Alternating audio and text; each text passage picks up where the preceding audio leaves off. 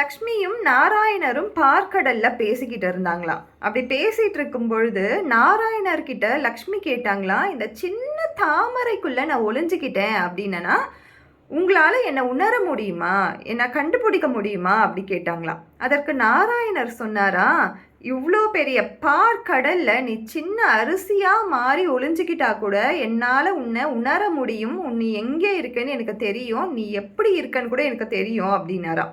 So நம்மளுடைய love language என்பது ரொம்ப ரியலிஸ்டிக்காக இருக்கும்.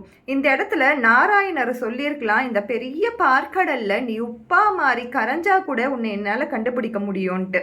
ஆனால் நாராயணர் என்ன சொன்னார், சின்ன அரிசியாக மாறினா கூட லவ் லாங்குவேஜ் அதுதான். எது ரியலிஸ்டிக்காக இருக்குதோ அது மட்டும்தான் நம்மளால பண்ண முடியும். ஒருத்தவங்களுக்கு ஹோப் கொடுக்க முடியும்.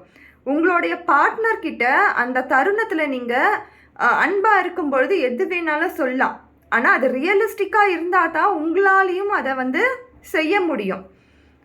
அப்படி இல்லாத போகும்பொழுது தான் அந்த லவ் லாங்குவேஜ் என்பது அந்த இடத்துல கஷ்டத்தை கொடுக்கும்.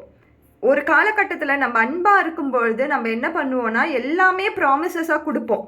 ஆனால் அந்த ப்ராமிஸ் ஒரு நாளுக்கு செய்ய முடியாமல் போச்சுன்னா சொல்லி காட்டுவாங்க, நீ எனக்கு அன்றைக்கி சொன்னியே, இது பண்ணாமல் போயிட்டியே அப்படின்ட்டு. பட் அதுவே நம்ம ஒரு பவுண்ட்ரி செட் பண்ணி ஒரு ரியலிஸ்டிக்கான ஒரு ஹோப்பை கொடுக்குறோம், ஒரு ப்ராமிஸ் கொடுக்குறோம் அப்படின்னும் பொழுது கண்டிப்பாக நம்மளால் அதை பண்ண முடியும். அந்த ப்ராமிஸ் சின்னதாக இருந்தாலும் சரி, நாளைக்கு நம்ம அதை பெருசாக பண்ணும் பொழுது அவங்களுக்கு அது சர்ப்ரைஸாக இருக்கும். ஆனால் பெரிய பெரிய ஹோப் கொடுத்துட்டு அது பண்ணாமல் போகும்பொழுது வருத்தம் தான் மிஞ்சும், காதல் மிஞ்சவே மிஞ்சாது. ஸோ எப்பயுமே லவ் லாங்குவேஜில் ஹோப் அப்படின்றதும் ப்ராமிஸ் அப்படின்றதும் ரியலிஸ்டிக்காக இருக்கணும். ரியலிஸ்டிக் இல்லாத ஒரு விஷயத்தை கடவுளே சொல்ல மாட்டார். அப்படி சொல்லாத ஒரு விஷயத்த நம்ம மனிதர்களால் பண்ண முடியாத ஒரு விஷயத்தையும் நம்ம தகுதிக்கு, அதாவது தகுதின்றது ஒரு மெட்டீரியலிஸ்டிக் லைஃப்பில் சொல்கிறேன். நான் இப்போ இந்த வேலை தான் செஞ்சிட்ருக்கேன்னும் பொழுது என்னால் என்னுடைய வீட்டுக்காருக்கோ என்னுடைய வீட்டுக்கோ ஒரு 1000 ரூபாயில் தான் கிஃப்ட் கொடுக்க முடியும். என்னால் 1 கோடி ரூபாய்க்கெலாம் கிஃப்ட் கொடுக்கவே முடியாது அப்படின்னு நினைக்கும் பொழுது என்னால் அதை மட்டும் தான் செய்ய முடியும். நான் அதை மட்டும் தான் சொல்லுவேன், நான் இதை மட்டும் தான் என்னால் வாங்கி கொடுக்க முடியும், உன்னோடைய பர்த்டேக்கு, நம்மளுடைய அனிவர்சரிக்கு, இதை தான் என்னால் பண்ண முடியும்னு நம்ம சொல்லணும்.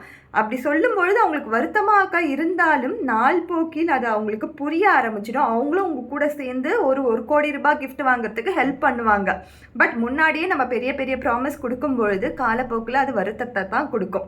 ஸோ எப்பயுமே காதலில் இருக்கும் பொழுது, லவ்வில் இருக்கும் பொழுது பவுண்ட்ரி செட் பண்ணி ரியலிஸ்டிக்கான அப்ரோச் மட்டும்தான் நம்ம பண்ணணும். Thank you so much.